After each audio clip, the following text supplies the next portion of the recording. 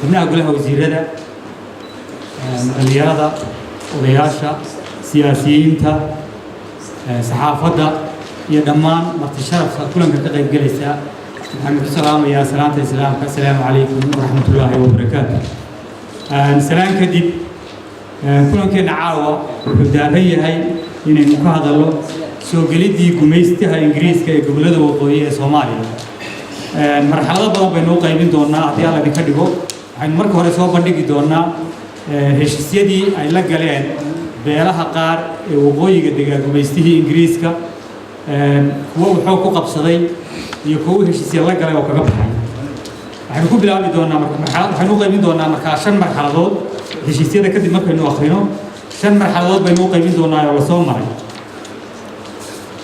marxaladaasi waxay kala yihiin marxaladii waxa weeye gumaystuhu waqooyiga soo galay marxaladii gumaysi la dirirka marxaladii xorriyadda la qaatay marxaladii jabhadaha ay sameysmeen sida SDF SNM iyo USC marxaladii aasaaskii Puntland halkaas aynu soo gaarsiin doonaa deedna waxaa ku xigi doona muxuu ahaay aynu keeni doonaa iyaduna oo dhexda aad ku arki doontaan xilligii SNM 19 ay qabsatay dhulka waqooyinta ay ka degan yihiin iyo duulaankii 28 sano ay ku wadeen inta kale oo uu dambeeyay dagaalkii Tukaraq iyo kii Damala Xagaray waxaynu keeni doonaa dhexda intaynu ku jiro wada hadallada dawladda federaalka ay kula jirto waxa loogu yeeray Soomaaliland sida inay sharci tahay iyo inaanay sharci ahayn waxaynu keeni doonaa resolutionadii ama go'aamadii jimciyadda qurumaha ka dhaxaysa ilaa iyo 19 22 ay ka qaadanaysay oo sanad walba qaraar ka soo saarto oo ay tiraahdo muxuu ahaay midnimada iyo xorriyadda ummadda Soomaaliyeed waa laba taabtaan waxaynu kala sheegi doonaa inay ka soo horjeedo wada hadalka dawladda federaalka ay Soomaaliland kula jirto inuu ka soo horjeedo dastuurka ku meel gaarka dalka Soomaaliyeed inuu ka soo horjeedo intaasi waa kormar guud waan akhriyayaa hayga caajisina taariikhdaynu ka sheegayn doonaa cashar baynu ka qaadan doonaa heshiisyada maanta Soomaaliland iyo dawladda federaalka ay wadaan waxay naga aadan dawlad ahaan shacab ahaan siyaasiyiin ahaan baan rabnaa inaynu mowqifka inaga aadan insha Allah aynu ka qaadano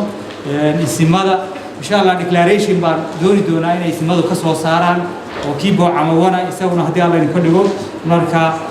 aan idiin bilaabo hadalkoo isa saaran aan idiin galo waa idiin dulmarin soo dhawaada soo gelidii gumaystaha ingiriiska ee gobollada waqooyiga Soomaaliya gumaystihii ingiriiska oo muddo xukumayay dalka Yemen oo ay xarun u ahayd magaalo xeebeedda dekedda weyn ee Cadan oo ku taala mari biyood aad ugu muhiim ah socodka ganacsiga adduunka una ahayd saldhig ciidan oo aad u weyn gumaystihii ingiriiska wuxuu u baahday meel uu sahay iyo hilib daray oo helo askartiisii Cadan ku sugnayd iyo kuwii badaha u kala gooshayay gumaystuhu wuxuu sahansaday gobollada waqooyi oo markaa aan cid gumaysanayn Djibouti Faransiiska markaa haystay wuxuu sahansaday gobollada waqooyi si uu sahayda uu doonayo xoolaha iyo xaabada uga helo hadduu intaas sahansaday oo ugana ilaashado gumaystayaasha kale ee reer Yurub inaanay qabsanin gumaystihii ingiriisku wuxuu hindisay sidii uu ku geli lahaa gobollada waqooyiga ee Soomaaliya gumaystayaasha kale reer Yurubna uga ilaashan lahaa Soomaalida aad ugu xidhnayd markaa Cadan deganeyd ganacsi weynna la lahayd waxa uu ogaaday inay qabiil u degan yihiin xuduudana kale leeyihiin isagoo ingiriiskii jooga wakiiladiisii ay Cadan joogaan ayuu wuxuu bilaabay inuu xooraamo inuu galagalaysto qabaa'ilkii Soomaalida si uu helo dad garwadeena u noqdo oo bixiyay oo dhulkii Soomaaliyeed geeyay ee loo oran jiray waqooyiga Soomaaliya arrintaasi way u suura gashay waxay uga suura gashay qabiilka Gadabiirsay qabiilka Ciise iyo beesha Isaaq oo 3 jifay isu qaybisay ayuu Cadan isagoo jooga wuxuu helay dad uu galagalaysto ka haysto gumaystihii ingiriisku wuxuu heshiisyo gooni ah la galay qabaa'ilka gobollada waqooyi intii ogolaatay ay ka mid ahaayeen Ciise Gadabiirsay iyo beesha Isaaq oo 3 jifay isu qaybisay saldanadii Warsangeli waxay la gashay heshiis dawladnimo oo ka duwan kuwii Isaaq Gadabiirsay iyo Ciise la galeen beesha dhulbaahantay wax heshiis lama gelin ingiriiskuna uu ka waayay Cadan qof dhulbaahanta ah oo garwadeed u noqdo oo ilaa carab dhulbaahanta ku geynaya waxayna kala hor yimaadeen dagaalka kala hor yimaadeen heshiisyadaas qodobaysan yihiin maxay ku heshiiyeen heshiiskii beesha Gadabiirsay iyo gumaystihii ingiriiska waxay leeyihiin markaa annagoo ah odayaasha qabiilka Gadabiirsay waxaanu halkan heshiis kula gelaynaa دولة إنجليز كإنه حرية ضيّة إلى لسه رقم كيجا دورته يوحك سووناك قدر كقوة وحلا يذكر عين قبيل كجدي بيرسي أعدية إنه هو كان زمان أنا يقولك عد كلا ككرين دتشين كرين دول كاسينا وخاصو يهاي دولة إنجليز كدمان دول كودجية قبيل كجدي بيرسي قدر كلابات دمان مراكيب تدلك مراكيب تسيرتها على كإنجليز وحيصير حرة وكل جوش كران بكذا هي دول كجدي بيرسي دقيقة هاي قدر كسدحات دمان راعية إنجليز كيه دقن أما وقانسا دول كجدي بيرسي وحيصير وإنه هلال حرية بوده إن يو إلالين ماشي أي دونا نتيجة كران مسؤولية أمان كودنا وحي سارنت هاي ودياش قبيل كجدي بيرسي هشيسك وكيلة إنجليز فرد جود ها عدن يو ودياش كجدي بيرسي وحال لقوسه هاي مقالات السيرة كوبي توكي ديسمبر سنة كل سديد بقول سديد من أفرت هشيسك وحال كودن كها نين لقوش يجي شام روبلة ودياش كجدي بيرسي وحال هاي إنه يهين راعي إنجليز يسوقون مسؤول كيه قبيلك كده بريسيشيس كولا قالي وين هالك كسر دم يصيري وحاكي حاجة قبيلك عيسى كامل لما إذا بقولك قالي يسوقنا قبيلك عيسى يسوقنا وبريسيشيس كاسح هذا كوبي استوى في ديسمبر كل سديد بقول سديد تاني أفرتي وعصوا هاي هشيس كقضاء بدي سلما واسمين إلى لجارو هاي سلطنة وسنجلي بيش إسا وصدق شوفي سوقي بيسوي هاي سوقي بيسوي خبر شعله خبر جرحتشيس هي خبر أول صدق ناس صح شيء صح هاي يسوي بيبي أي هاي ونقوليه هشيس كبيش خبر شعله وحلقوا سه هاي عدن لحية لبعضن كي ديسمبر كوني سديد بقول سديد تاني أفرتي وحنا كيسا ضد كي هو هاي عدن دجنا إنه الدلالين إنه يوكل قدام قادان بيلي هالكاد دجنا إنجليز كهشيس كلفتي كيسا بيش خبر شعله عدن باب الوصحة لا مرة إيمان بحنا هاي لا مرة إيمان دوك عبرت على مكان دجرين وحصلوا هاي هشيس كجرحتشيس صدق هذا وكي وحلا صحيح جنوري كوني سديد بقول سديد تاني شنتي هشيس كايسجنا وحلا صحيح عدن صدق هذا وكي جنوري خبر أول هشيس كذا يا أفر يتمون كي جولاي كوني سديد بقول سديد يا أفر كي وحلا صحيح مجال البربرة وحنا صحيح وضيال بس صحيح سيدو كله وحشيس كان بيش خبر أول ينا قرودين كها وأبانوها إنجليز كنيلها عبد الله الليبان لما هشيس أي نقر فسوا شيء بيلها كده بيرس عيسى خبر أول خبر جرحتيس حاكو قرن إن أي فليان وضياش صحيح إيو عدة أي أتليان إن يعدي كده حشاب يعدي حكم كده حشاب إن هشيس كفليان وكوخس بينهم سيدا أينو أركي دونو هشيس كسلطنة ورسنجلي وكدوان دونا قوة بيلها أي نصوص يجني هشيس كي سلطنة ورسنجلي يبغى إنجليز قطبة إنه هراء صوص يجني بيلها هراء هذا اللي جاي سو قطبة قرض أنا إلا كش دولة إنجليز هو حيديار وتهاي إن أي فلسو هشيسية أي لقى شيء وحجرتك ورسنجلي يدو جارسينة يا أنت يدو يو حكم كود جاري يو هلي دونا إلى أنت قطبة إنجليز يا فليني هشيسك دولة إنجليز كفليني كوي هرنا معي الذي أي لقى شيء بفليني روحنا اللي الحدود بالله شيء يا حدودنا اللي يجي بالله شيء لو مش يجي كوي هرنا حدود يدور النور لو مش يجي قطب كلامات كل شيء هشيس ورسجلي دولة إنجليز كا وحجرت كورسجلي وحي بلان قاعدة يعني إن أنا وحشيس أما حريد لا يندون دل أما أوت شيء يدو دولة إنجليز وين أما أوكران وحلا جرى هذه الحلفاء أوكلية دولة أنا نوجين أم حوج أنا نوجين هلا جل لي هشيس كل هرنا واحد يقول كها كيرينين نقول كره كينين ويكون هشيس كلها كردونا شخص هؤلاء الحياة وعاص قلب بس هذا حاد أي لقى شيء سلطنة دي ورسنجلي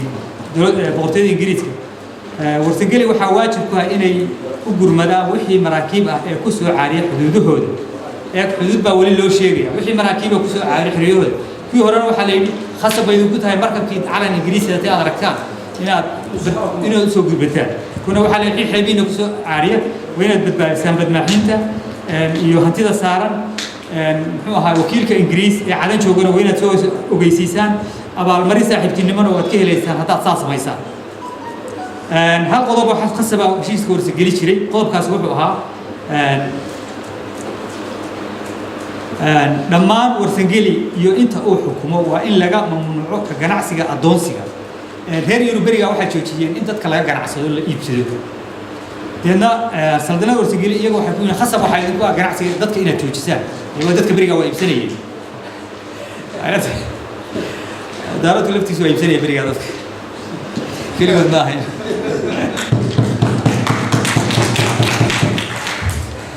rag Zanzibar iyo hub ka keenay baa jiray iyo Cumaan iyo ka keenay baa jiray marka wuxuu yiri khasab weeye joojinta ka ganacsiga dadku ciidamada Ingiriiska ee badda iyo kuwa beriguna waxay ku amran yihiin haddii loo soo sheego adoon meel lagu haysto inay khasab ku furtaan intaas un baa jiray wax lagu khasbay qodobka lixaad saldanada warsangeli waa in ay ku gacan siiyaan wakiilada Ingiriiska shaqooyinka loo soo idmaday boqortooyadii muxuu ahaa saldanadii warsangeli heshiiskaas wuxuu ka codsanayaa safiirka loo soo diro inay ku gacan siiyaan shaqadiisa dhulka warsangeli joogi doona waana inay ka qaataan isaguna muxuu bixinayaa waana inay ka qaataan talooyinka ku saabsan maamulka garsoorka horumarinta khayraadka dalka ganacsiga kala dambeynta iyo dawlad wanaag iyagu intaasaan idin baraynaa bay hadda saldanada tiin idinkuna gacan ku siiya safiirka iyagu inuu xor ahaado sidoo kale protocolkiisa iyo amnigiisa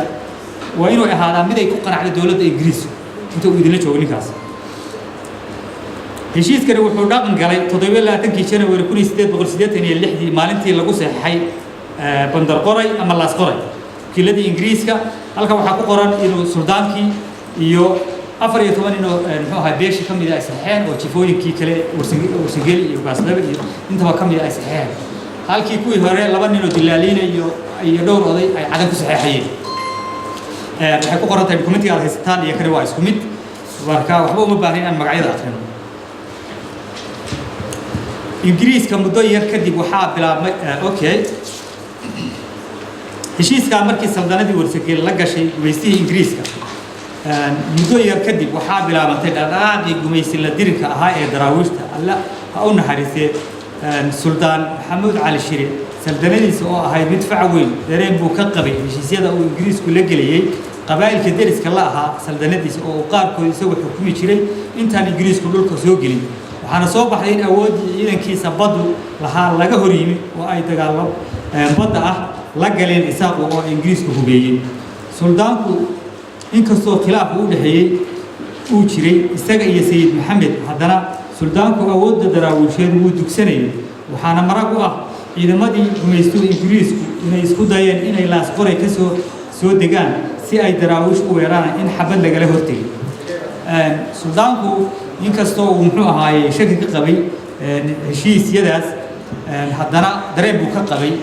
muxuu ahaayay heshiiska Ingiriiska dareen buu ka qabay markii ay isku dayeen maraakiibtii Ingiriisku inay laas qoray ka soo degaan siday xeebta intay ka soo degaan daraawiish oo markaas midhashi iyo muxuu ahaayay meesha la yiraahdo badhan iyo dhulkaas oo dhan ku teedsanayd uga weeraro halka waa lagu xabadeeyay meesha wuxuu bilaabay markaa Ingiriisku inuu gumaysiga Ingiriisku inuu waraaqahan dadaada suldaankii u diro inuu sidoo kale boqor Cismaan waraaqahan dadaada u diro waxaa iska diiday markaa ugu dambeyntii waxaa iska diiday oo aan dhag u dhigin waraaqahan dadaada loo dirayay kuwii loogu sheegayay in muxuu ahaayay la maal gelinayo in hanti la siinayo in darajo la siinayo sayidka iska diiday oo dagaalka ka siyaarinta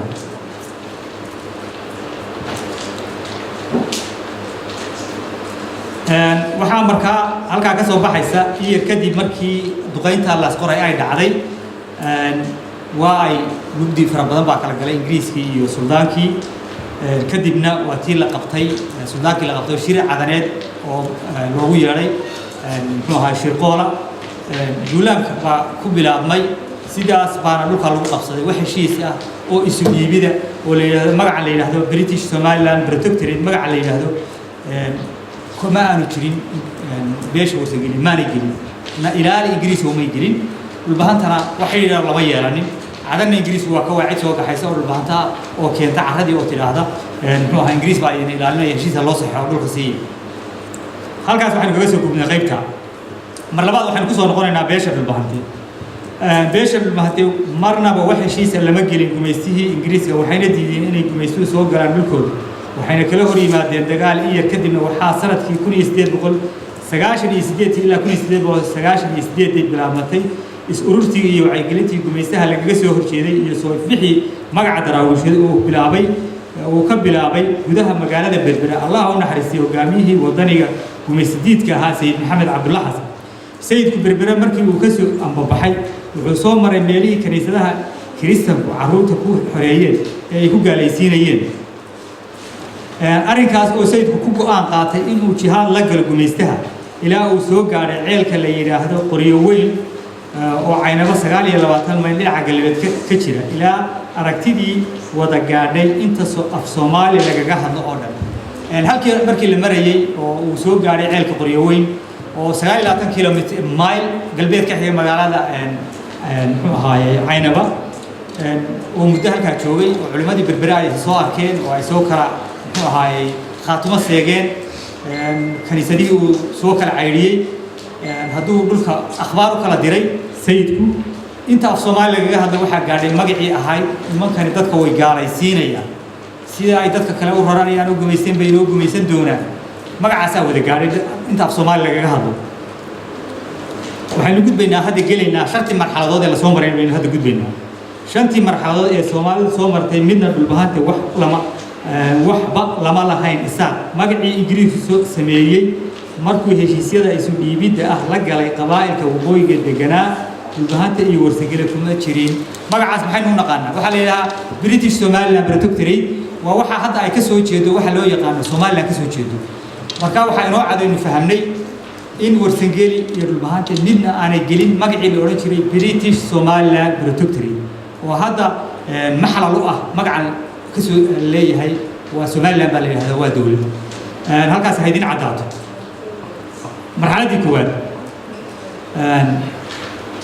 markii gumaystaha ingiriisku gobolada waqooyi soo galay wuxuu ula baxay intii ogolaatay heshiisyadii ay raaciyada ugu noqdeen magacii ahaa British Somaliland Protectorate aan mar kale ku celiyo halkaa markaa dhulbahantii warsagale kuma jirin marxaladii labaad gumaysi la dirirkii qabiilka dhulbahantii wuxuu guddigo u noqday dagaalkii hubaysnaa ee daraawiishta muddo 12 sano ahna waxaa dhex miratay dhulbahante iyo gumaystii ingiriiska colaad guun oo naf iyo maalba lagu rugmaday labada dhinac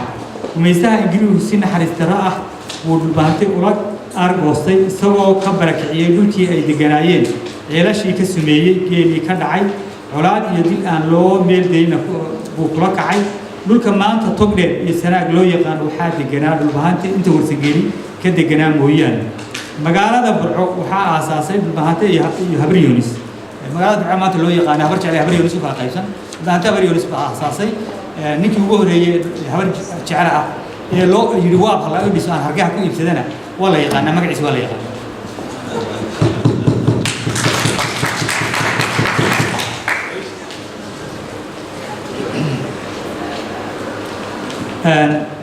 right barakaca waxaa u geystay gumaystihii ingiriiska waxaan ku hadlaa beesha dhulbaanteed iyo beesha isaaq oo ishuwan taasina waxay sii xoogaysatay kadib markuu gumaystuhu jebiyey gumaysidiidkii daraawiisheed 1921 dhulka waqooyigana uu wada qabsaday gumaystaha ingiriisku dhulka dhulbaante wuxuu qabsaday dagaalkii labaad markuu ku guuleystay intii ka horeysay dhulka cag ma dhigin dagaalkii labaad markuu ku guuleystay dunida wada qabsaday markaas dhulka u soo daaday oo qabsaday qolaadii uu hayay dhulbaante halkii buu ka sii waday iyo inuu geela ka dhaco dhulka ka barakiciyo intii uu gumaystuhu haystay waqooyiga Soomaaliya arab dhulbaante wuxuu u soo diri jiray saraakiil military muxuu ahaayay gudoomiyaasha loo soo diray military bay ahaan jireen xukun military bay ilaa xorriyadda la soo gaaray meeshaas ku jira marxaladii saddexaad marxaladii xorriyadda la qaatay daraawiish jabkii kadib dhammaan inta af Soomaaliga ku hadasha waxay ka sinayd in ay xornimo iyo midnimo shanta Soomaaliyeed ah helaan waxaana horseeday kacdoonka xorriyad doonka ahaa dhalinyaradii Israel oo la jaan qaaday kacdoonada dunida ka jira ee kale oo la jaan qaaday kacdoonada dunida kale ka socday ee xorriyad doonka ahaa iyagoo dhegaha gumaystayaasha ay weli ka sii qaylinayso xanuunkii uu baday kacaankii daraawiisheed iyana aanay u ahayn dagaal dambe oo ay Soomaali la galaan xilligii Israel nasiib fiican bay heleen gaalada oo ku soo jabtay dagaaladii koowaad iyo labaad ku soo baabaaday ku soo dhaqaala beeshay dagaalkii daraawiish 12 sano kula jirtay oo ay xanuun badan kala kulmeen saraakiil badan iyo dhaqaale badan si dawladda Ingiriisku ku weyday Israel markay soo baxday oo dunida kale xorriyada ka socotay Ingiriisku diyaar uma ahayn dagaal dambe oo Soomaali la galo diyaar uma ahayn talyaanina diyaar uma ahay wada socotaan biyamaal koonfur wuxuu ku baday muxuu ahaa meesha la yidhahda marka iyo duleedkeeda wuxuu ku baday talyaanigii markaa midkoodna dagaal soomaaliyeed oo kale diyaar uma ahay deetana iyagoo ka faa'iidaystay midhihii daraawiisheed SY waxay ku guulaysatay inay xorriyadda horseedo آخر دجال كلابد الدنيا مركي اللي تبيه حلفادي تليانية إنجليز وحقوق قبضي كونفرت الصومالية سنة كل سنة بقولي ما بيها فرتكي كونفرت الصومالية وحديب له جزء عليه كعنتي تلياني وحنا الله بنقطع عليه إن تلياني وأوبر ما ممكن دولة لماذا مدة مثلا جمعية القرماء كذا حيسانا أي مسؤول كتاي لبيه طبعا كأبي كل سنة بقولي كنت أنا أفرتي أيام التاجي على كبلوجا الصومالية وجمعية القرماء كذا حيسانا أكون سنتاي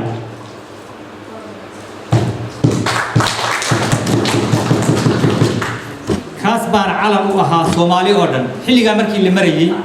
إلا نحوها يصدق يا فتك بينه وبين دوني أف صومالي كهلا كاس علم وها أف صومالي كهلا كاس علم وها ملك تهجو أما جبوت هجو أما درجة هجو أما هرجيسة هجو أما حافون هجو ماش دون أما إنفلي هجو كاس علم وها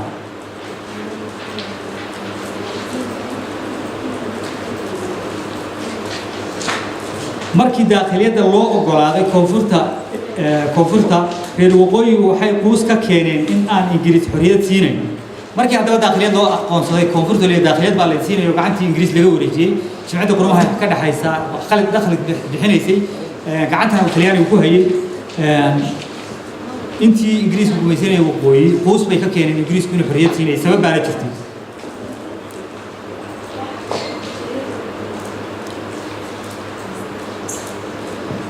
waayo heshiisyada uu ku joogo baa ahaa inuu ilaaliyo u yahay ee aanu gumaysan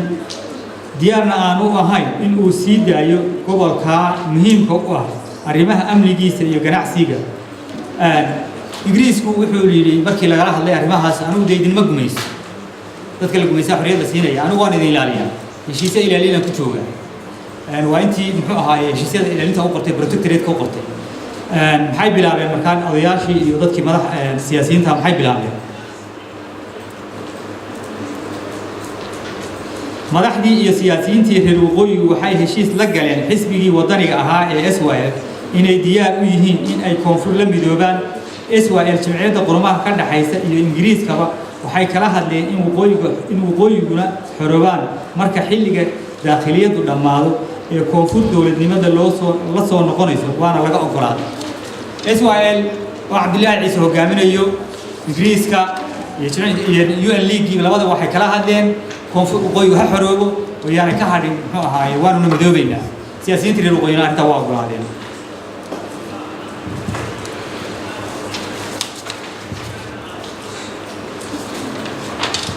okay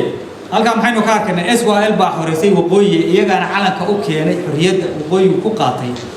shardiguna wuxuu ahaa in la midoobo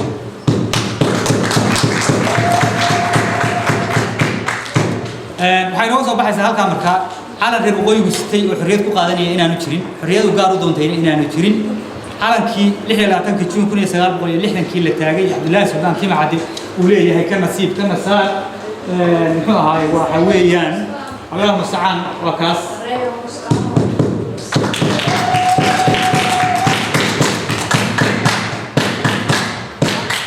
وعلى قبلو قاوية يبقى لنا قارة لحي الوقوي على قارة لها مجرين رياض الوقوي قارة وقاتلنا مجرين الهوس بينو قد دقينا طبعا الهوس بينو قد دقينا هذا الكار إساقو شيكتان إن أي علن يحريد كونفور جيين ومن أنشرين وبين أبوها علن يحريد إسرائيل بوقوي جيسي حريد دولدنما أو قارة أو الوقوي قاتين نمجرين علن كلا أو الوقوي وتين وأي حريد وقاتين نمجرين علن كصوماليات في حريد وقاتين إنجليز كيسجع بأنصاري إنه أفر معلومات حريد كونفوريات كهر كبورو وقويجا وآن بوح بدني كأول بيرتور للسكا BBC ده أو بربركة تاجنيد بويان إنجليز كا تليانيجا فاكتي ديرو يورشلو يهنتي بقوته عليه كونفورو ومال بشر إنجليز كبرت بورلاليها BBC ده لو يقانو ورلاليها سين وكليا كيا اللي عرفوا قوي واحد خلوا كيا اللي مش واحد سكول كواركتين أما دكيدو أما بريتشو أما إربوديو دولتي سوماليات بارسي دوكمنتي قام كم يدك قرط قبتها في إنجليزي قرط دمانتو أنت سكول ده هاي أنا جرام مشرين حتى بيقول أنت مقالة هرجيسة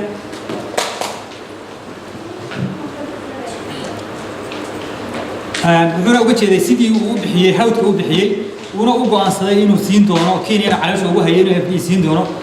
ما دام وقع على إسنا إنجليز كلهم كسوماليات ولا قبصداي إن السوماليات دوران ويدي إذن يسجلوا دي بحل بيجوا إن كل هاي ليدين دي بها مركي صدق فرق تلقوا ورجين هي كونفور ما دام السوماليات تلياري دورتي وإنجليز كعسنا هاي نكر وحوق وين أمي نوتي وعي على ده أروبيد أيوتنا وسيف ودني آخر معلومات كور حريد وقبله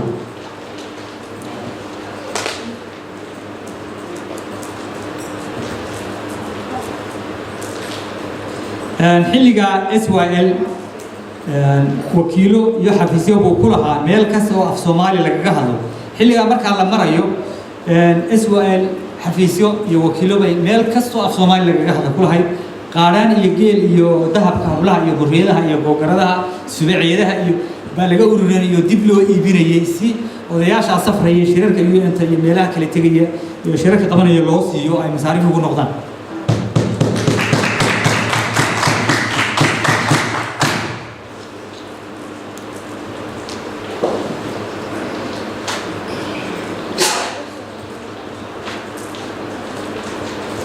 ujeedaduna waxay ahayd oo muxuu ahaayay labada gobol la isugu diray SYL heshiiska u gelisay inay shanta Soomaali israacado at the end ugu dambeyn shanta Soomaaliyeed inay israacado ayuu ahaa ujeedadu haanay jirin makaacid xorriyad si gaar ah u doonaysay Soomaaliyeed xilliga cid Soomaaliyeed oo xorriyad si gaar ah u doonaysay ma aanay jirin haddii xorriyadii ay heleen intii Ingiriis haystay iyo intii Talyaani haystay جمهورية ديمقراطية الصوماليات بين نقطين جمهورية ديمقراطية الصوماليات بين نقطين دمان هشيسية دي قبائل كوميسياش اللي قالين يدمع سياسيين توقوي قاركود وتين وحصوا أفميري تسوكي أفتدا ددوين اللو قاضي كل يسغان بقول يسغان يليحنا كي أقلبية ضدك الصوماليات وعديين وحن سوق قاعدين مركا واتي اللي سكو بيري أفتي ددوينات دستوركي لبدي هاي قبل لو قاضي لبد دولة تسمى بيري هذا وقارها يعني عملت هذه يقول لبد دولة تسمى بيري دفتي بقى لو قاضي هاي لبدي اللي إحنا كي وحلو عديي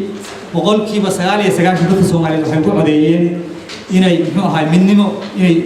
أقول لي بيقول عديين دستورها وحلا لو في شيء يقول لي أما إنجليز حقه أما السودي بيتها أما النائلة ها أما هذيك النائلة ها أحد أما حروق حقوق بصراحة سوى برين دم ما هو برين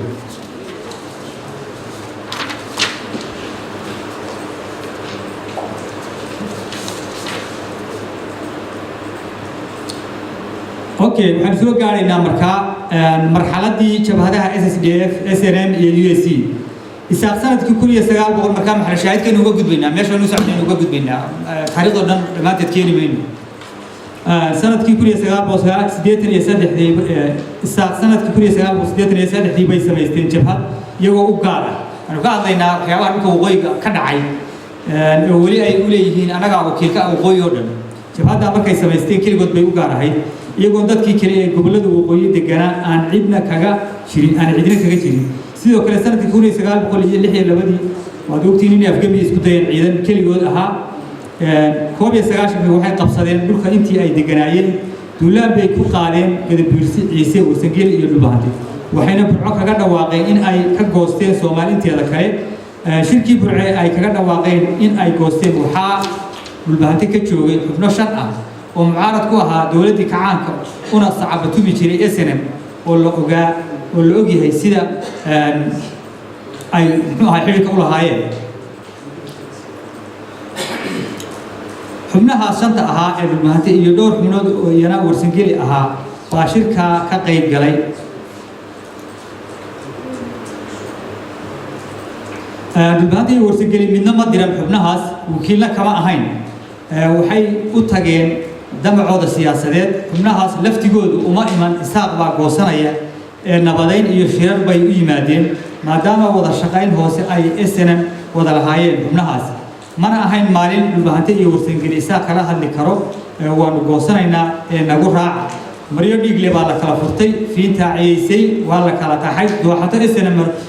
hormuud u ahayd baa dhacday oo intay dadka reer baadiyaha ah ceelasha ugu tagaan xasuuqayeen sida tii ka dhacday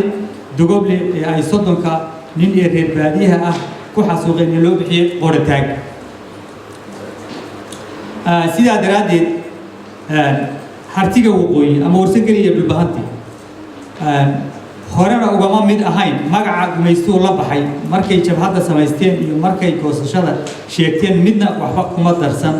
dhulkuna kama dhaxeeyo dhulka waa la kala leeyahay ilaa maalintii ay sheegteen in ay goosteen ilaa iyo maanta isaaq duulaan buu ku yahay dhulka dhulbahante iyo warsangeli waad wada xusuusantihiin duulaamadii qori dheere jidbaale xudun xingalool qori hadaftimo ceerigaabo lafweyn badweyn bohol dogoble kalshaale hagoogane buuhood sool joogto taleex gorofli tukaraad iyo kii ugu dambeeyey muxuu ahaayey damala xagare muddadaas 28 sannadood ee isaaq duulaanka ahaayeen kumanaan dad ah oo aan waxba galabsan bay dhulkoodii ugu yimaadeen oo ku dileen dadkaasi waxay u badnaayeen dad aan hubaysnayn oo xoolo dhaqato ah iyo tuulo joog raggii waxaas oo dunuub ah galay iyo xasuuqyadaas waxaa muhiim ah in lagu maxkamadeeyo waana dembiyo dagaal dhammaan waxay meel kaga dhaceen dhaqanka islaamka xeerarka wada deganaanshaha ee dhaqanka Soomaaliyeed xeerarka jimciyadda qurumaha ka dhaxaysa iyo kuwa caalamiga ah marxaladii shanaad ee asaaska Puntland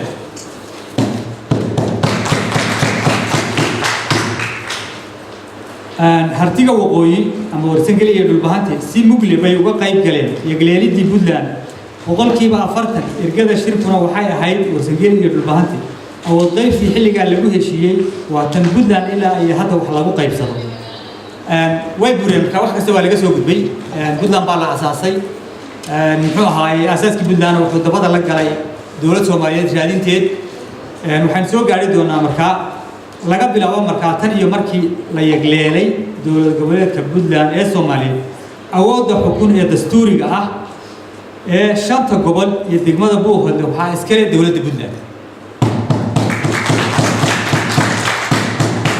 Soomaaliya sharci kala qaadanayso haddii xeer cid celinayo haddii dastuur cid celinayo dhulbahante iyo warsangeli iyo inta kale hartay intay isu shireen oo yimaadeen oo ergooyin iyo ismo iyo waxgaradkoo siyaasiga oo soo dirsadeen baa waxaa lagu heshiiyey Puntland baynu dhisanay 5 oday oo markaa aysan u tagtay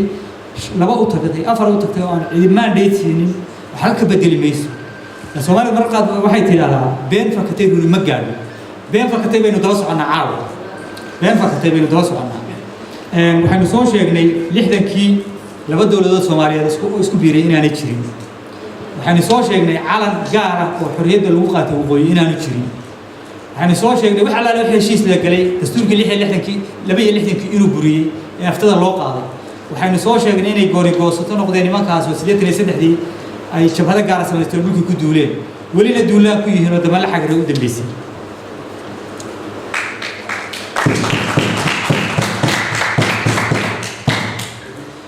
Puntland waxay ka mid tahay Soomaaliya tiirka koowaad ee dawlad Soomaaliyeed ku dhalatayna waxay ahayd Puntland dadaaladii naf iyo maalba lahaa ee ay samaysay sidii loo heli lahaa dawlad Soomaaliyeed laga bilaabo Jowhar ilaa iyo Villa Soomaaliya waxaa ku duuban kumanaan wiil oo reer Puntland waxaas oo wiilal ah iigooda waxay u miireen waa in la helo dawlad Soomaaliyeed oo dalka hanata ugu dambeynna wiilasha naftoodii huray baa calankii Soomaaliyeed Villa Soomaaliya markale ka taagay sanooyin badan miisaaniyadda ay ku shaqaynaysay dawladdii ku meel gaarka waxay ahayd dhaqaalaha ay ka heshay Puntland oo keliya diyaaradda looga saarayay Puntland looga saarayay lacagta dawladda miisaaniyadda ay ku shaqaynaysay dawladda federaalka Soomaaliyeed waxaan leenahay markaa dawladda Puntland iyo dadweynaha shacabka Puntland siyaasi iyo isim iyo dhaqan iyo haween iyo rag iyo dhalinyaro iyo ganacsato aragtidii ay isu geeyeen oo dhaqaale iyo muruq iyo maal iyo wiilashoodii oo dhiigooda ku deeqay iyagaa soo celiyay dawladnimada Soomaaliyeed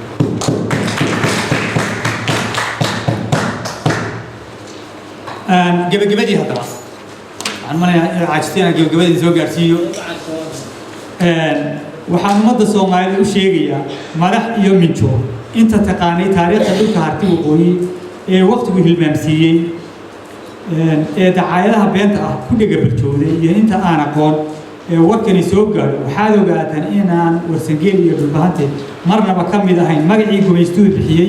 ee British Somaliland Protectorate labo mana jirin 26 Juun 1960 laba dawladood oo isku biiray ma jirin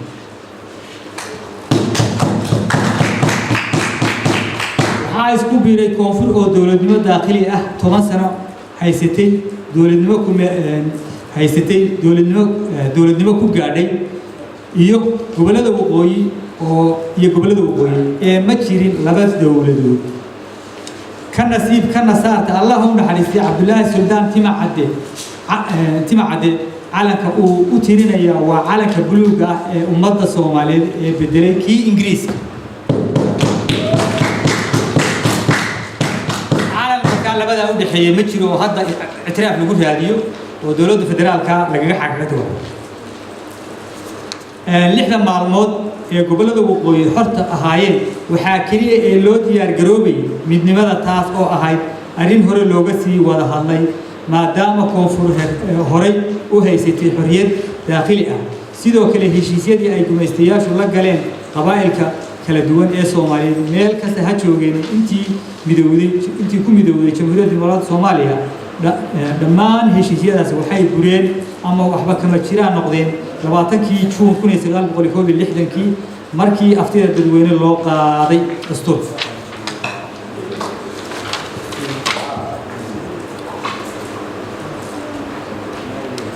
haddaba dawladda federaalka wada hadallada ay sheegtay inay la gelayso wixii gumaystuhu ugu yeeray British Somaliland Protectorate waa baadil waana arrin ka baxsan dastuurka dalka arrintaas oo bilaabay ninkii cawda falki jiray uga dambeeyay Xasan Sheekh farmaajo sii wado waarin baadil arrintaas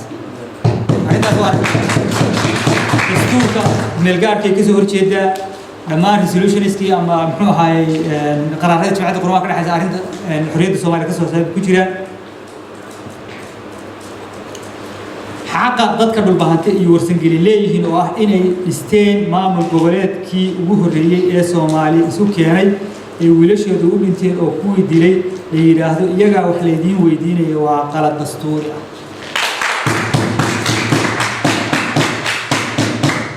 xorriyadda ummadda Soomaaliyeed iyaga keenay midnimada 28 sanadood iyaga isku haya ummadda Soomaaliyeed sidee bay xaqoodii dawladda Soomaaliyeed ku duudsii kartaa haddii maamul lagala hadlayo xaqa isxukunka dhulbahante iyo warsangeli ku leeyihiin Soomaaliya waxaa laga hadlayaa midna haddii qabiil lagala hadlayana iyaga lagala hadlayaa guntii iyo gabagabadii waxaan ugu baaqayaa madaxweynaha dowlad goboleedka Soomaaliyeed ee Puntland mudane Saciid Cabdullaahi Deri madaxweyne ku-xigeenka Puntland mudane Axmed Cilmi Cismaan Karaash in ay ogaadaan macnaha wada hadalkani in uu yahay in Puntland la kala qaybiyo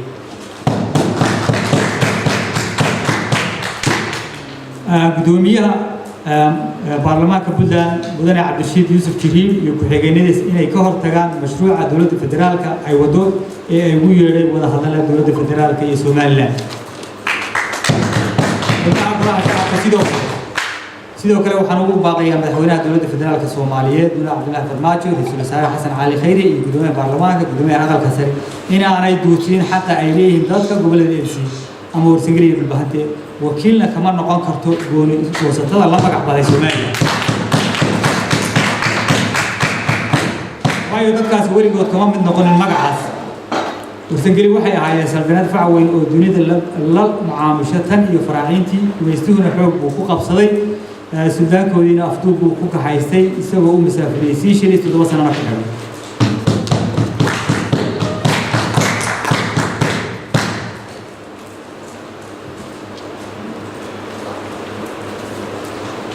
saad hadday go'ayaan iyo hadday joogayaan dhul nagama dhaxeeyo dhulka iyagana lagalama hadli karo mana lagama hadli karo okay mana garanayo qoondadooda iyo mana garanayo qoondadooda kaga maqan dowladda federaalka maadaama ay yihiin ra'iisul wasaare ku-xigeenkii dalka maadaama ay yihiin gudoomiyihii aqalka sare maadaama ay yihiin gudoomiyihii maxkamadda sare maadaama ay 61 xildhibaan ee direed qaybta badan iyagu leeyihiin golaha wasiirada leeyihiin dhammaan institutionada dalka ka mid yihiin waxaa lagala hadlaya ee ka maqan ee madaxda dowladda federaalka iyo Sheekh Shariif soo bilaabay ay kala hadlayaan ee ka maqan anuu garan maayo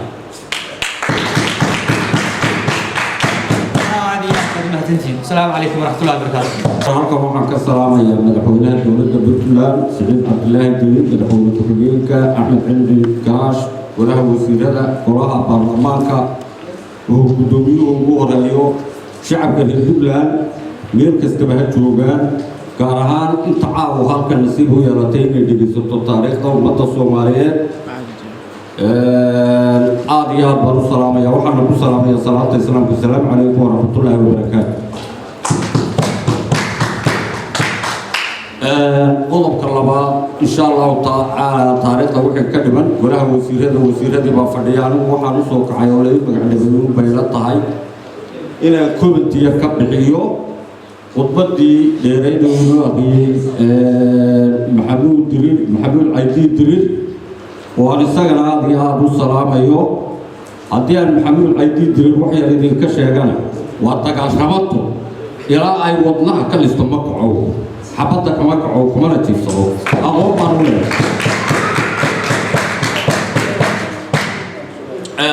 تكره هذا كعربو مسوق كوبيا وكوبا تسيا مدة الصوماليين بين الجوب تبنا والسلام يا shantii qaybood ay gumaysigu qaybiyeen meel kasta ay ka joogaanba halkankii ay Soomaalidu soo gashay waxa ugu horeeyay kii Axmed Guri oo ka horeeyay Dhinaca Ford markii Soomaaliya shanta qaybood loo qaybiyay Axmed Guri baa ka horeeyay wixii ka dambeeyay 1884 rag badan baa halgamay oo soo galay halkanka ummadda Soomaaliyeed iyo shanta Soomaaliyeed inay israacdo waxaa ka mid ahaa uguna xoog weynaa kii daraawiishta uu hogaaminayey maxamed cabdilla xasan sayidkii waxaa ku xigay waxaa ka mid ahaa halgankii boqor cismaan baa ka mid ahaa kii yuusuf keeladiid baa ka mid ahaa rag badan baa usoo halgamay ummadda Soomaaliyeed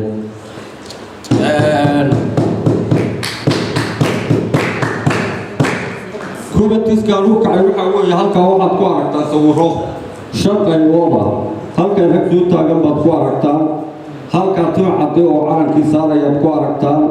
halka waxaad ku aragtaa rag ingiriiskii sida oo sariir ku sida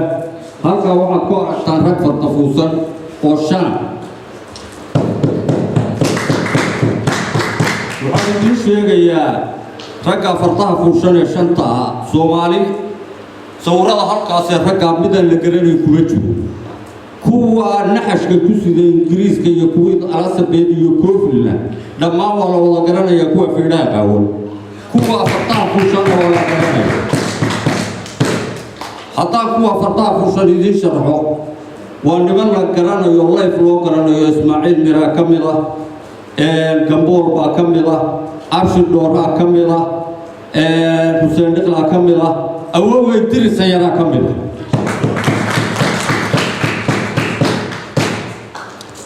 هذه هذا ركتان هكا في لها كأول هذا ركتان هكا سيد النحش كسيدة والرجل وذكرنا يسومالي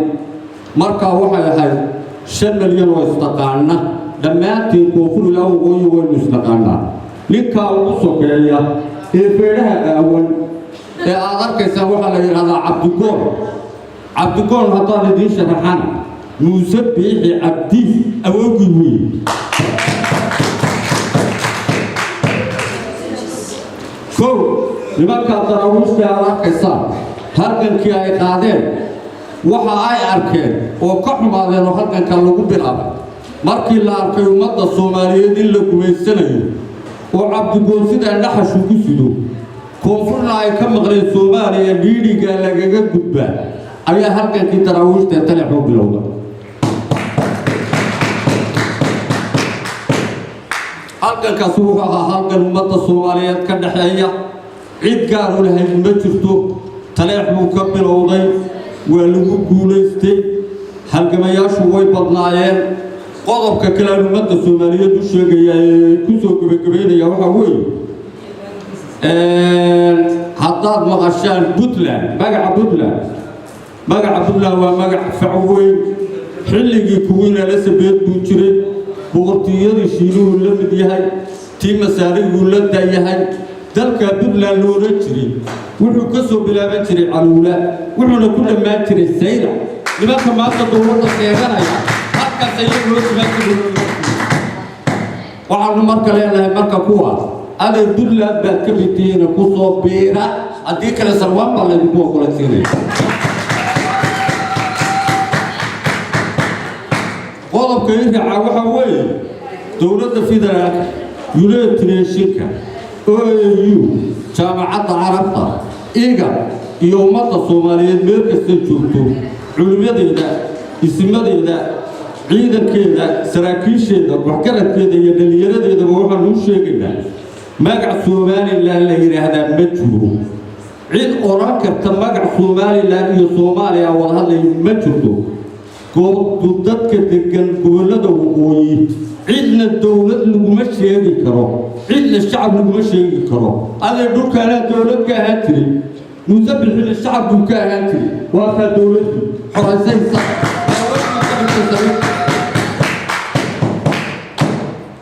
cid dawlad ku sheegi karta ma jirto dawladda federaalka ummadda Soomaaliyeed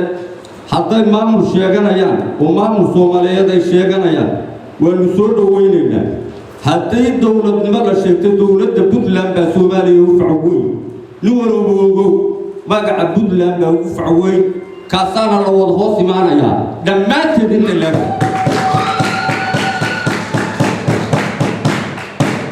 waxaan ku soo gabagabeynayaa hadalka Soomaaliya ha noolaato ha israacdo ha midowdo shantuba ha xoroobeen انت انا كبحي waxaan tadkiirinayaa oo aan yareeyaa oo aan ku noqonaya maxamuud aydi dirid ruucada taga ramata ilaahay khayr siiyo markii 1884 la qaybiyo ummadda Soomaaliyeed shan qaybood baa loo qaybiyay baadoo fiirsan shanta qaybood shan dawladood ma ahayn shan qaybood oo gumaysto bay ahaayeen oo shacaba 1960 waxaa israacay laba qaybood waxaana la suray caalamka shanta geesli laba dawladood oo markaas ku biireen ma jirin tali maxay lahayd 26 Talyaaniga iyo Ingiriisku inay ka wada kacaan laakiin Talyaaniga ayaa hamsaamay isagoo sii jeclaysiinaya muuskeeda yargaraayay macmaana afarta casho Talyaanigu sidaas soo hamsaamay laakiin waxay ahayd 26 inay ka wada kacaan hal mar Soomaaliya laga wada taago labada Israaciil waxa loo bixiyay Great Soomaaliya halkaas ay ka bilaabmata Great Soomaaliya haddana waxaan doonaynaa Soomaali weyn waa Great Soomaaliya dawlad federaal maanta jirta dalku waa maamul goboleedka Puntland baa u facweyn taariikh iyo gumaysi haddii lagu noqdana rag bay la xartigi doontaa waxaan leeyahay sanad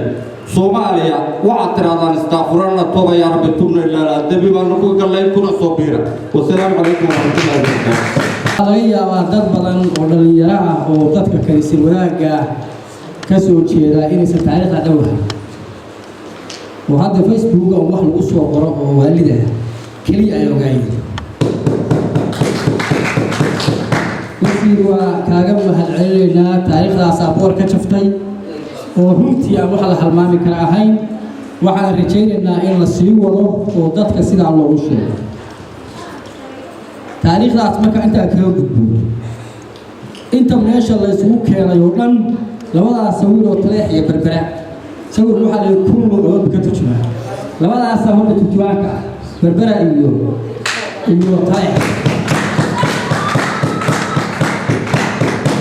بربرنا ورمية قاشان بيسي تلاحنا ورمية قاشان بيسي تاي كوف بيدشي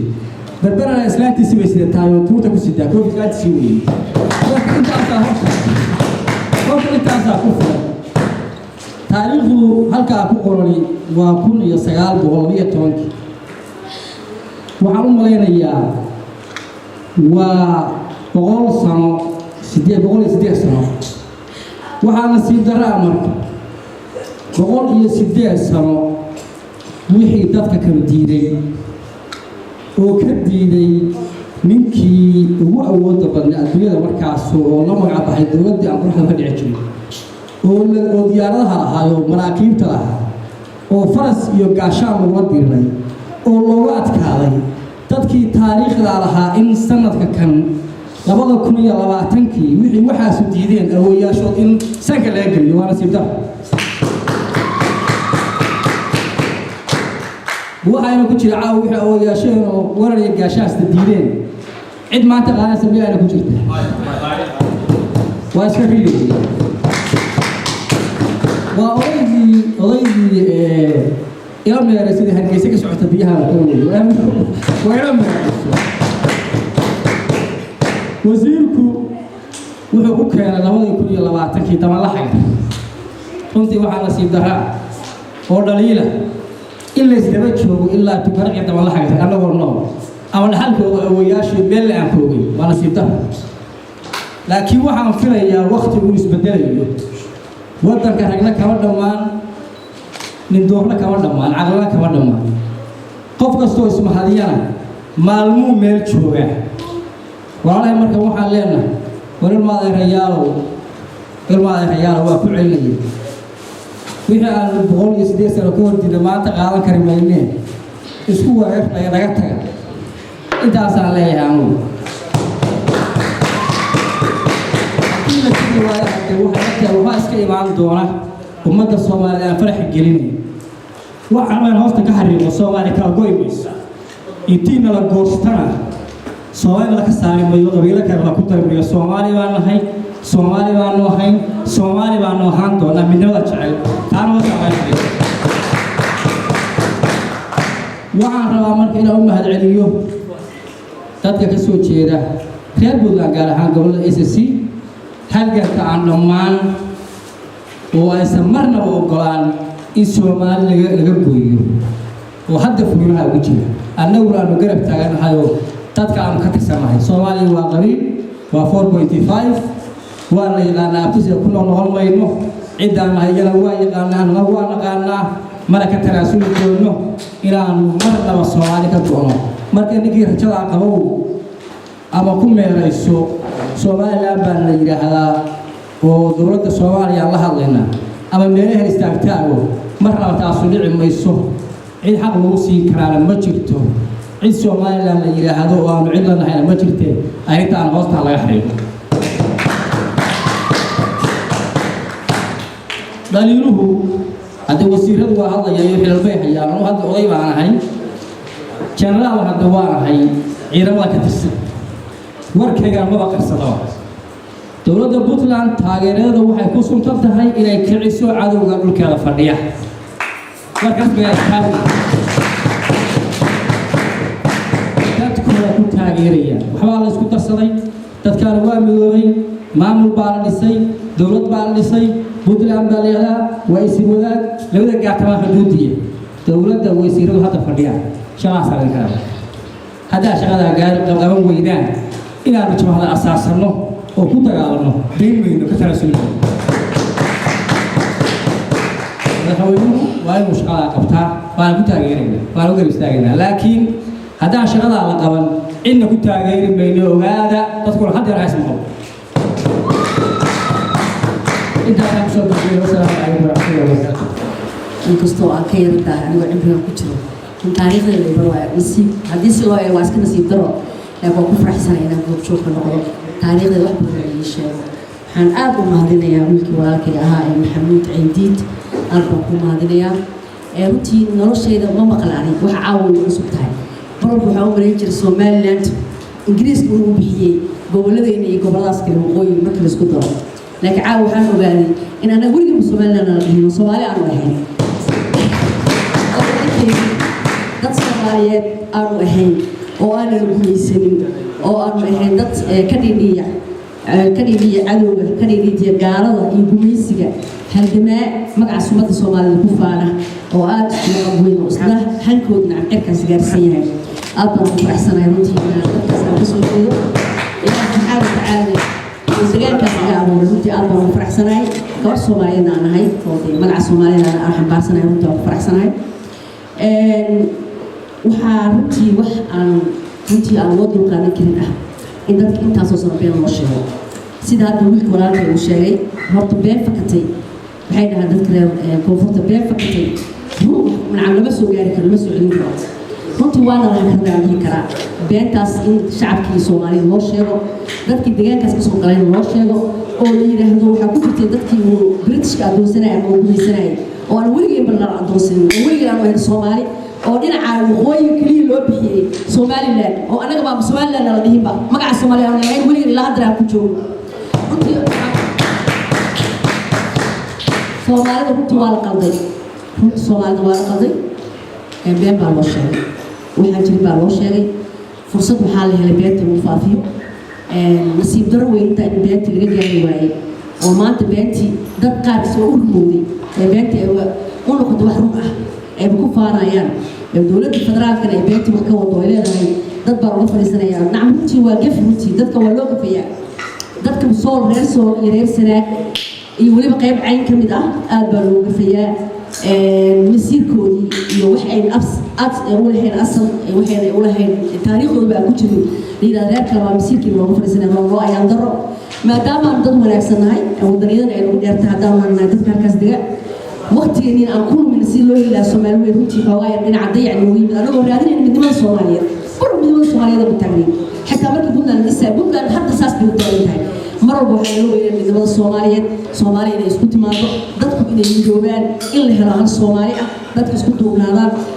annaga marka inta aan ku mashquulsanahay dadka wax kale ku mashquulsanahay sida dad ula dagaalaan sida dad u gumaadaan sida dad u qiraan sida dad u gumaystaan fursadii way heleen laakiin waxaan rajaynayaa maanta maadaama taariikhda ay caddahay annaga aan abi isu weynay gumaysin Britishkana uu gumaysanin oo dhibaataba noo geeyay annaga u halgamayna magaca Soomaaliyeed anagoo halgan ku jirna oo rabbi inaan gumaysigaas baacsano laana dadka Soomaaliyeed waa dad kaliya ee ka badbaado gumaysiga wuxuu rabay inuu diintiisa faafiyo dhaqankiisa faafiyo annaga dhiigeeni u hurnay dhiigeeni baan u daadanay inay saa u suuqgeeyay wadamada hadda Ingiriiska gumaystay oo dhan ama Faransiiska waxaa laga yaabaa dad badan oo Kirishtan ah dad badan oo gaala ah dad badan oo diinta haysan laakiin halgankii daraawiishta wuxuu suura geliyay runtii waa wax aad loogu mahadin looguna duceeyay wuxuu suurta geliyay in gumaysiga fursad ku yimid inuu annaga la gaaleeyo alxamdulillah diinteena muqadaska aan ku dhiganahay ilaah baa mahadaas kale waxaan u mahadinaynaa aabayaasheenii oo noo soo hor dhiigooda noo daadiyay si aan nabadda maanta u helno diinteena caqiidadeena aan ku faano alxamdulillah laakiinse waxaan codsanayaa oo ka codsanayaa federaalka inay taariikhda u raacaan in ay waxaan dulmigan ay iyo beenti la soo noqday ee runta dadka hadda u noqotay nacam beenti baa rumooday in runtii runta ay u celiyo si cadaab looga badbaado si shacabku u badbaadaan si nabad loo helo laana markii dembi la gelayo oo shacab dembi laga gelaayo dalka ma fadhiisanaayo dulmiga dalka kuma fadhiisanaayo dembiga wuu sii badanayaa نعم dhibaatooyinka gaajada ah masiibooyinka rabaaliga uu sii badanaya waxaan codsanaynaa dadka dariska aan lanahay Soomaaliland maanta oo qiraya waa dhihi jiray ayagana waa isku sumay waa raali weeyeen Soomaaliland waa uu qiraya isku gobolka Soomaaliya galbeed baa dhihi jiray laakiin magaca Soomaaliland waa qiraya maadaama gumaysigu bixiyeen raali isaga yihiin ayagana ku faanayaan leeyahay Soomaaliland baa balanaha waa uu qiraya waxaan ka codsanaynaa dadka dariska nahay darisnimada inay dhowraan dulmiga iska daayaan qofka bini'aadamka waajib baa saaran inuu dhowro dariskiisa iyo naftiisa iyo dadkiisa dhowro inay dadkan dhibaatada ay lagu haayeen ay naga daayaan dadkan dagaalka ay ururinaya colaada ah intaas oo dad ay naga dileen weli dadkii hadda waa ogtiin waxa meeshaas ka socda dadkii qalbiyadoodii weli ma degana dhibaataa saaran nacam ruux bay dareemayaan gumaysi nin Soomaaliyeed oo ninka la dhahayo anaa ku gumaysanaya ama wax beena taariikh been intuu soo dhowdhoway ku sharciyeynaya taariikhda beenta soo dhowdhow ku sharciyeynaa oo sida dowladda federaalka ay wado dowladda federaalka ah haddii ay ka hadlayso gobolladeena anaga nagala hadasho anaga reer Puntland ah Soomaali maanta waa abtirsatay Soomaali maanta waa dad inkastoo Soomaali aan korka wadanahay haddana waxaa 4.5 baa lagu heshiiyey ninka degaan dhalasho iyo dhiig bay dadka maanta ku qaybsadeen anaga waxaan nahay dad waxaan reer Puntland baan nahay ولينا نهين حد أنا نهين هذه اللي حملايو gobolladeena maadaama dhibaatooyinka maanta ay nagu dhaceen oo dagaalka isku-raadkii uu reebay oo aad uga muuqdo gobolladeena oo gobolladeena weli ay naga dayacan yihiin oo dhibaatooyin ay jiraan haddii la rabo in la samata bixiyo qofka lagala hadlayo waa aniga iyo inta dagaalkii ka soo jeeda fadlan anaga nala kala hadlo dhibaatadeena nala ka daayo midnimada Soomaaliyeed waa rabnaa dadka inuu dad barwaaqo wada noolaadaan la wada noolaado ay dhibaato jirin laakiin rabshada ay nagu hayso federaalku beentii fakateen ay ruux u qaateen sidii dadka u hormeeyeen عشان الناس اللي كده أكبر وصلنا ورافع أكبر ومعلنا ولا نسوي تاريخ البرنامج مانتا ولا بدهم يسمي أصحاب ويسمي تاريخ اللي يبردوا لي هو وحالي جري ورسو جميسي وقصير التعبت لك ولي ما بلي يجي سبب أنا وحرق أشتي أنا وحرق إن شاء الله والمريان والسلام يوم نسيتي لهذي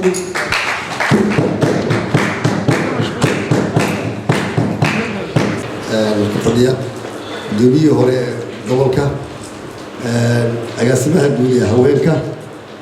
wasiiradii hore ugaas faadmo yaasiin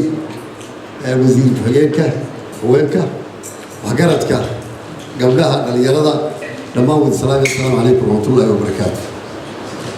waxaan u malanayaa taariikhda caawa aynu helay waa taariikh qof waliba da-da uu joogo uu ka garan karo ama ka fahmi karo wanaagga ama waxay xambaarsan tahay waxaan anigu isu taagay inaan in yar ku kabo taariikhdii uu maxamed cadi noo soo gudbiyey ama uga mahad celinaya sida fiican ee uu soo gudbiyey waxaana fiican taariikhda mar walba meelo badan in laga eego oo ay tahay marka hore 1962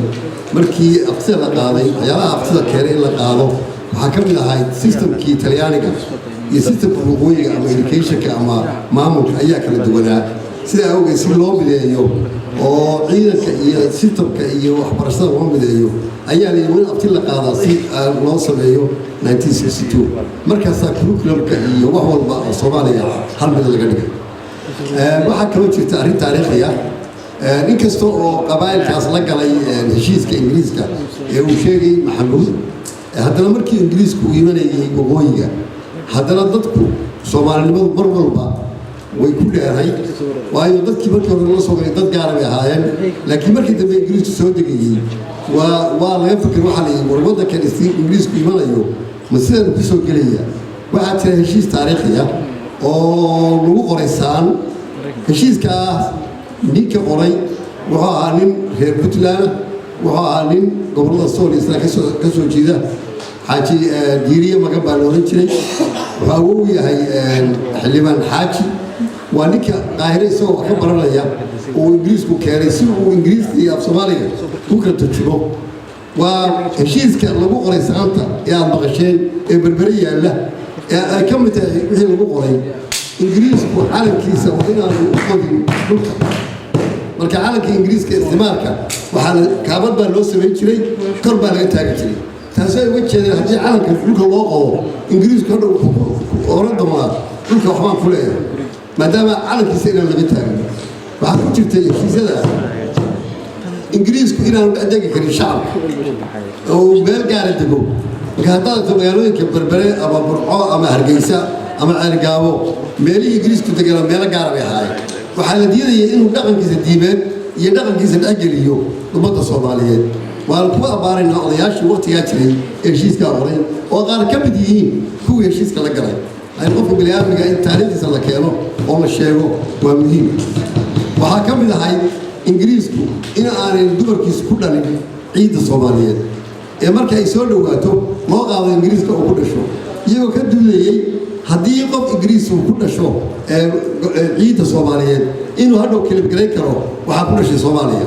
odayaasha waqtigaas sameeyay mar walba wadannimo iyo way lahaayeen oo ay lahaayeen inaan Ingiriisku ku tarbin ama aan garan inuu waddanka wax ku leeyahay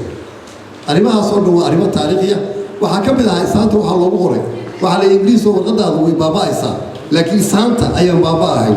sidaasaa heshiiska lagu qoray saan yaali magaalada berbera oo taariikhi ah oo iskuulada lagu dhigtay waxaa kaloo ka mid ah taariikhdaas waqtigaa la sheegayo dadka wax yaqaani way yaraayeen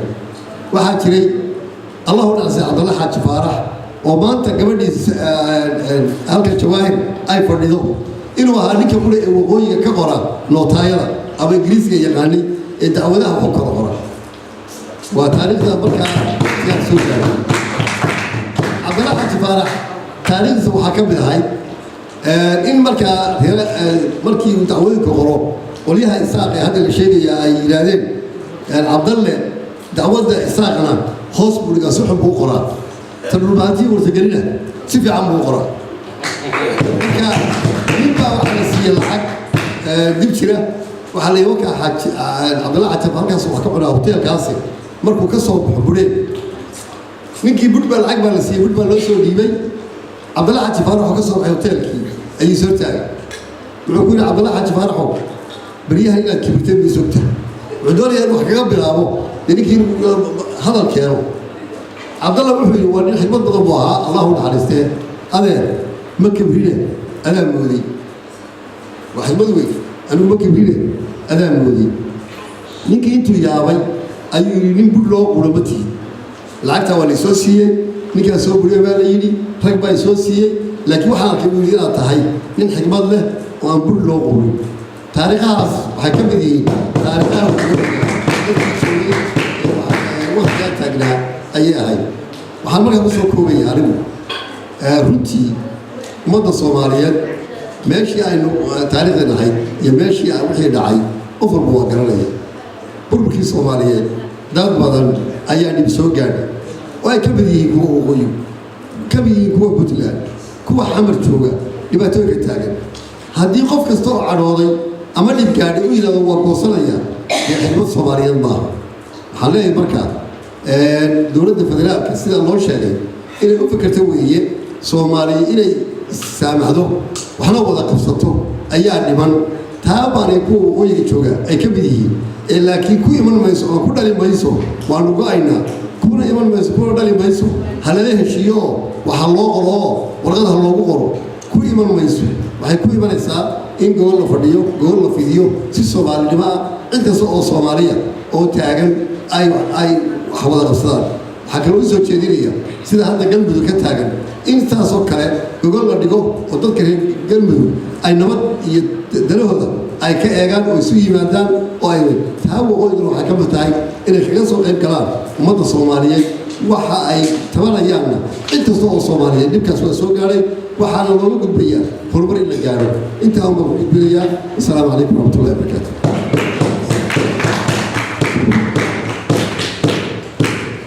kasoo qayb gashay caawa shirka kan meeshada isugu timid xafladda lagaga hadlayo taariikhda ummadda soomaaliyeed gaar ahaan gobolada waqooyi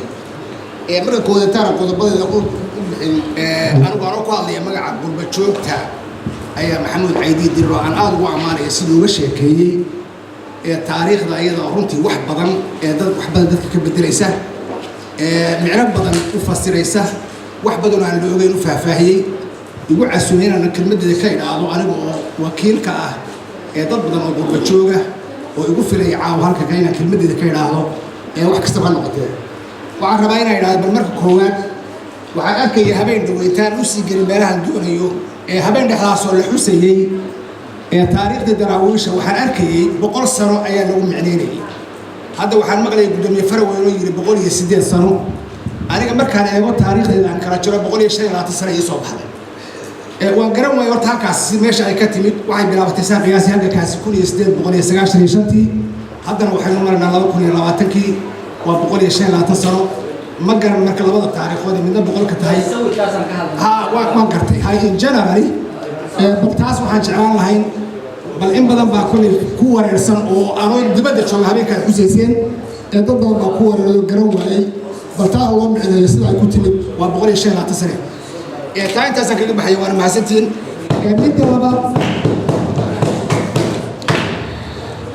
midda labaad uu sheegaya waxay tahay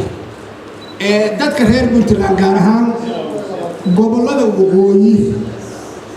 waqooyiga labada beelood ka soo jeeda reer Puntland iyo Warsageli iyo Dhulbaante waxaad ogaataan wareer badan baa ku jira in muddo ah dad baa wareerinayo dhibaato badan ku hayay gobolladaasi lama dhisan waqooyi waxba lama ay dhisan maamul lama ay dhisin soo Puntland bay wax ka dhisteen 1998 garowe wax kaga dhisteen laakiin meelay kaga dhisteen waqooyi oo ay kaga mid noqdeen ma jirto waa inaad taa horta ogaataa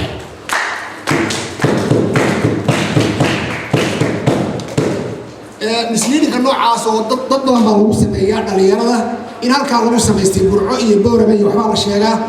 kama qayb gelin wax dada oo matelayay dhulbahante iyo warsageli oo shirarka ka qayb galay magaca ku matelayay ma ay jirin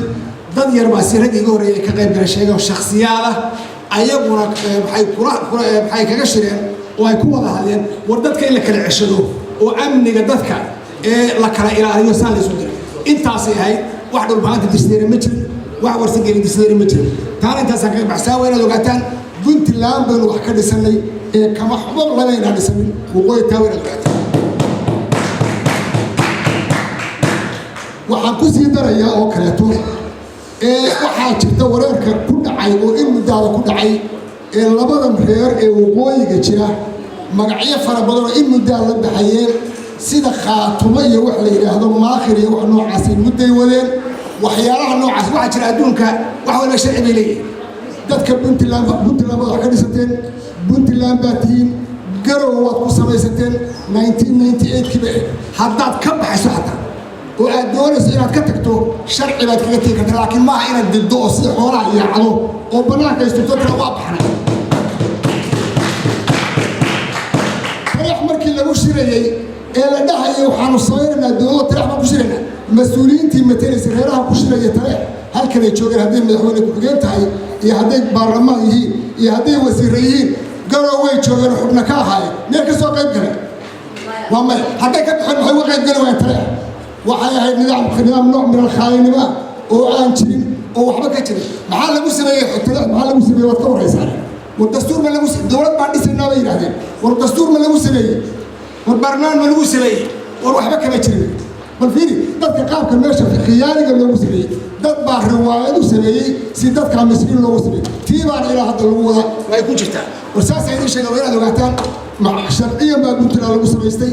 fadhi baa lagu sameeyey xataa hadday ka bixi lahaayeen waa inay gola ku yimaadaan mar labaad gobasha yimaadaan ka baxaa wax la isdoob yahay oo la bedelaadii suurkii Puntland wixii shalay la qoray wax laga bedelaa ilaa haddana ma dhicin wax la isugu yaadama jiraan sidii bay markaa Puntland uga tisayeen haddii la waasho iyo haddii la dhacdo تستوي قلب كاسان كذا بحاجة قلب ككله تو أنا قد بيجاوه هي دولة الفدرالية وحن أركين السنة ضدنا كهلا أرنت وحنا الله يا الصومالي وحن أنا قد أشيريه وأنا عليه وقرد وين وتاريخية وتذكر مات دولة الفدرالية وحكى أصلا من حوينها رئيس الوزراء إن أنت أرنتها وضع وقرد وين وتاريخية الجليان والمجمع الصومالي كجليان الدم ده كجليان تذكر كاركا أي أنا فاصل تابعش مشينا واحد يا الصومالي لا مركل ليه الصومالي لا واعي عندهم لا دور بس يلا قبيل بعد دون يوار هير وهي ميرب معين دقيقين هذا هيرك واحد سنة إيه هذا يقعيا إنه كلام بحولي لكن إنه هذا الصومالي بالله هذا ودad kaasaan anaga wuxuu mas'uuliyad raxbal laga weydiin maayo oo kuwaas aan matri war khalad weyn ogaada qaladkaasi wuxuu u gelayaa barito waa lagu xisaabtami doonaa maalintii noqoto dadka maanta dawladda federaalka mas'uulka warintaas aan hawsha ku soo gabagabay maanta intaas aan soo galay aad baan idin salaamay dadweynaha meesha ka soo qayb galay wassalaamu calaykum waraxmatullaahi wabarakaatuh waxaa sharafta leh halkan isugu timid dadweynaha sharafta leh halkan soo qayb galay taariikhyaankii عيدين عاوة كهذا هل كان الحقيقة بدن سوتشرين كا رنتي ضدك أنت بدني آري وده أوجين هل كان كتشيدي لما أنت وين والله السلامية لو حصوق هذا يا نور الحضيرات وحنصوق هذا يا نور فرحضات فرحض الكوبا روحي هاي مالين مالمها كمدة ومت صوماليين waxay u soo halgantay oo dad badani ay ku dhinteen oo muddo badan la soo waday oo waqti dheer qaadatay in lagu guuleystay oo caalam Soomaaliyeed ay isugu yimaadeen oo dawladna ay samaysteen dawlad waxaan naxdin lahayd dadkii faraha badnaa ee mujaahidiinta ahaa ee daraawiishta iyo ciddii la mid ahayd iyo SYL iyo ciddii kasii dambaysayba ee runtii ku leeday ee gumaystuhu iyo intii kale ee cawaankiisa lagu tilmaami jiray ay u dagaalameen ee ay ku xasuuqeen oo boqolaalka iyo kumanyaalka iyo boqolaalka ku gaadhayay wax naxdin labay ahayd abuurahoodii baa inkastoo calaamada aan loo samayn meelo walba ka samaysan dhul badan bay ku kala daadsan yihiin iyaga oo ku leeday koonfur iyo waqooyi bari iyo galbeed dalka Soomaaliyeed wax naxdin labay ahayd waxaynu ku weynay geesiyaal badan waxaynu ku weynay ummad fiican oo u qalantay inay joogaan muddo noolaadaan oo dalkan wax ka hoggaamiyaan ayaynu ku weynay waxaa kale oo farxad lahayd in ummadda Soomaaliyeed isu tagoodii ay ku hamiyeen in kale oo ka maqan inay sii raadiyaan oo ay u bixiyeen Soomaali weyn inta gacanta lagu hayo mooyaan oo ay u dagaalameen oo waqti fiican geliyeen oo isku dayeen in ay noqdaan ummadii Soomaaliyeed oo magaceedu buuxo oo aan meel walba saameeya waxaan naxdin lahayd in intii isu timid ee u xafladaysay gobonnimadeedii ee calankeedii qaadatay ee meel ka gaadhay dowladnimada ee lagu magacaabay libaaxyadii Afrika in yar oo ka mid intay hub u qaadato oo burburiso inay weliba isku magacaabaan inay goosteen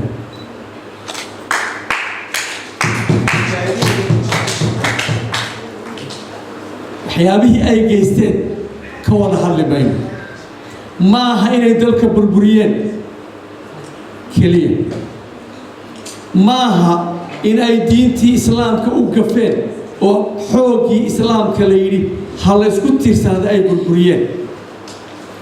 ma aha keliya in ay ummaddii la dariska ahayd iyo intii u dhoweydba ay xasuuqeen ma aha inay wixii ay ku abtirsanayeen iyo Soomaalinimadii iyo calankii iyo wixii la hayay inay ka tanaasuleen oo ka baxeen waxa ugu daray in ay maanta oo taariikhda adduunku soo ururayso oo intii isku jinsi ah mooyaane inta kaleba ay xataa isu imanayso oo la isu urursanayo oo ay ka mid tahay midowga Yurub oo maanta dhowr iyo 20 dal ay ku mid ka yihiin inay dhowr qof ku hamiyayaan inay Soomaalidii isu tagtay ee waqtiga noocaas guushada gaadhay ee hawsha xoreysay ee gaadhay wixii loo baahnaa inay sii kala daadiso si ay horay ugu intii ay horumar lahayd ee ay gaarsiin lahayd waxay Soomaalidu ku taamayso waa wax u naxdin badan weyn waxaa ka sii naxdin badan in taariikh beena dhibaato beena siyaasado beena dacaayado beena dhuldoon beena waxyaabo aan innaba meesha ku jirin in lagu socdo oo ay ku andacoonayaan oo sheeganayaan intaa yar ee rabta inay ummadda Soomaaliyeed kala goyso meel fog kala gaarsiiso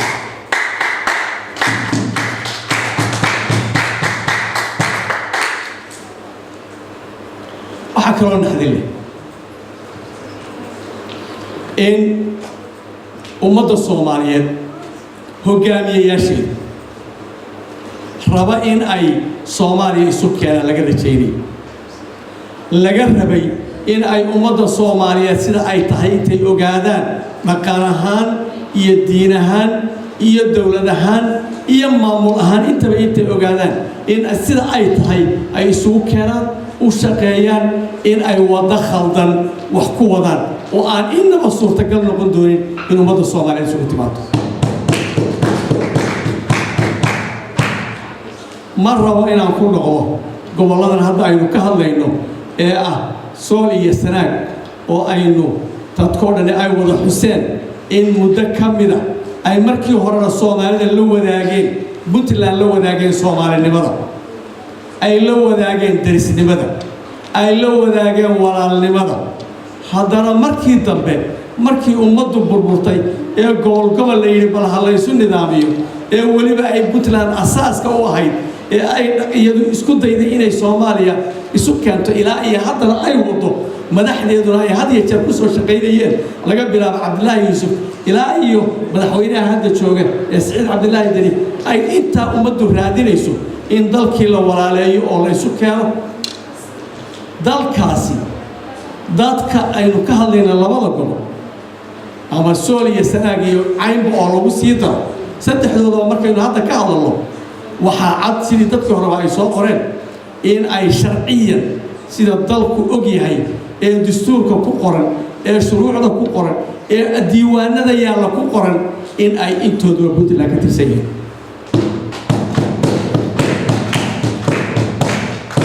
haddii ay sidaa tahay waa aynu wada ognahay taariikhduna qirayso wax cusub hadda la alifayna aanay ahayn wax la ogyahay ay tahay sidee bay madaxda Soomaalida ee madaxweynayaasha iyo ra'iisul wasaarayaasha u ah dalka ee la rabo inay ummadda soo ururiyaan sidee bay uga fakarayaan in cid aan u ahayn ay kala hadlaan oo yidhaahdaan kuwaas ay ka tirsan yihiin ma waxa mar dambe la tilmaamaya oo aan naxdinta ugu weyn in madaxdeena dalku aanay ogeyn taariikhda dalku si u qoran tahay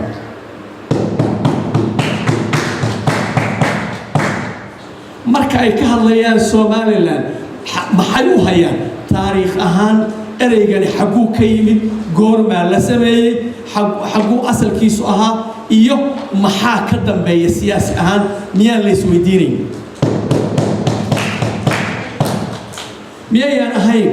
gobolladii waqooyi ee waagii hore xataa qaarkood ay ka tirsanaayeen kuwii daraawiishta ka tirsanaa ee u dagaalamayay dalka ee xorriyadda gaadhsiinayay miyayna iyagu ahayn sidee baa maanta loogu tilmaamaya dad gaara oo maalin gaara calan qaatay oo iyagu keligood socday oo keligood yimid oo wax gaara watay maantana doonaya inay waxooday dib loo noqdaan sidee baa loogu tilmaamaya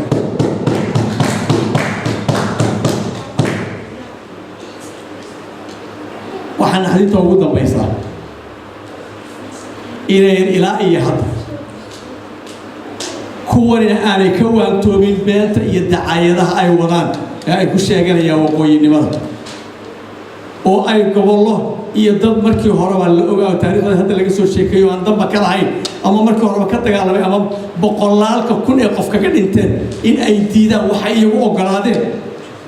kuwii diiday in ay maanta leeyihiin annagaa weli ka doonayno oo sii wadayna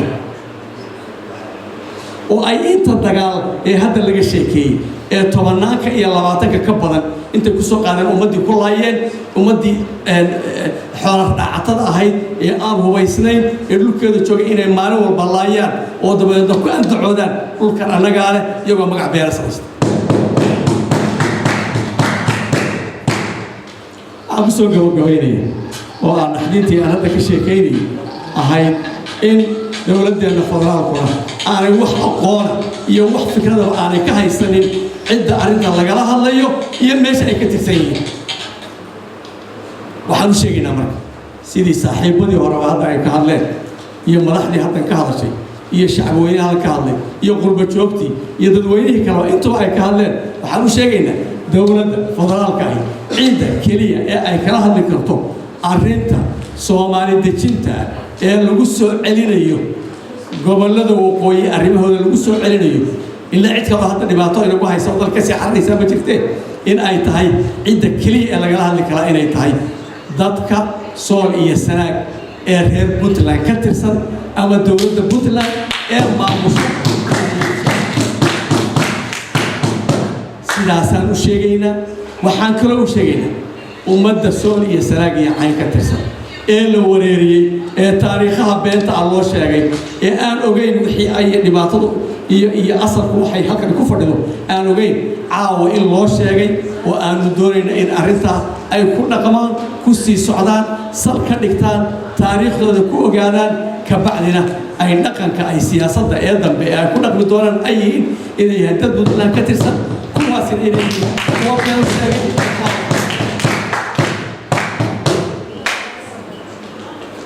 waxaan marka xiga u rajaynayaa inay iyaguna caqli yeeshaan oo ay ogaadaan marka hore inay Soomaali ka tirsan yihiin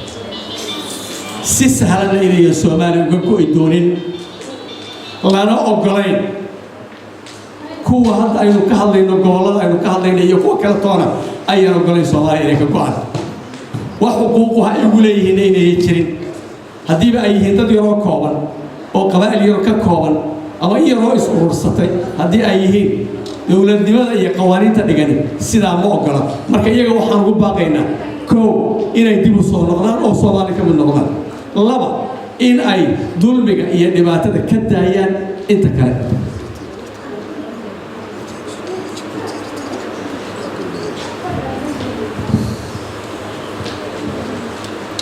waxyaabaha kale dareen kale waxaa ka mid ah meelaha qaarkood sida Djibouti oo kale iyo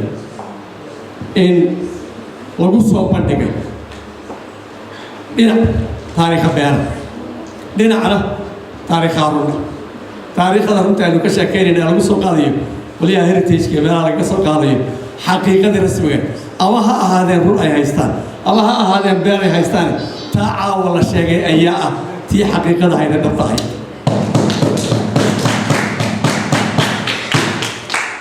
iyaga waa ugu baaqnay dadka gobolada Sool iyo Sanaag iyo aan ka tirsanna waxaan u sheegaynaa maadaama taariikhda la idiin sheegay taariikh dambe oo wala hawa oo beena oo aad ku dhaqmaysaan ma jirtee xaqiiqada qaato oo sida ay tahay ugu dhaqma maamulka Puntland ee ka tirsantihiina ee gobonnimada iyo Soomaalinimada iyo walaalnimada ba idin la raadinayaan taageera oo xoojiya oo dabagal oo ka mid noqdo dawlad federaalka waxaan ugu baaqayaa ugu dambeyn qaata xaqiiqada rasmiga taariikhda caawal haya waa la idin keenaya xafiisyadiina idin ku imanaysa waa la idin tilmaamaya iyadu baana dhab ah wixii hore la idin sheegay waa been haddaad taqaaneenna oo aad hore la idinku sheegayna waa la idin si xaqiijinaya haddii aydan hore ogeyna caawa la idin sheegaya waxaan rajaynaynaa inaad yara ku dhaqantaan oo ogaataan cidda lagala hadlayo danaha gobolada waqooyi laga dejintooda lagala hadlaya waxa weeyaan Puntland iyo dadka Sool iyo Sanaag oo ka mid ah iyaga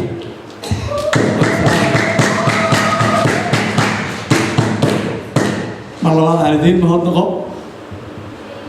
kamid caydido aad soo diyaariyey madaxa sharaf leh ka soo qayb gashay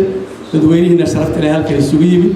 ee caawa u dhagax dhig u ahaanaya dhagax dhig u sameeyey taariikhda Sool iyo Sanaag iyo Cayn iyo sidii loogu dhaqmi lahaa iyo qaabka loo adeegsanaya haddii la kale aad iyo aad baad mahadsantiin shukran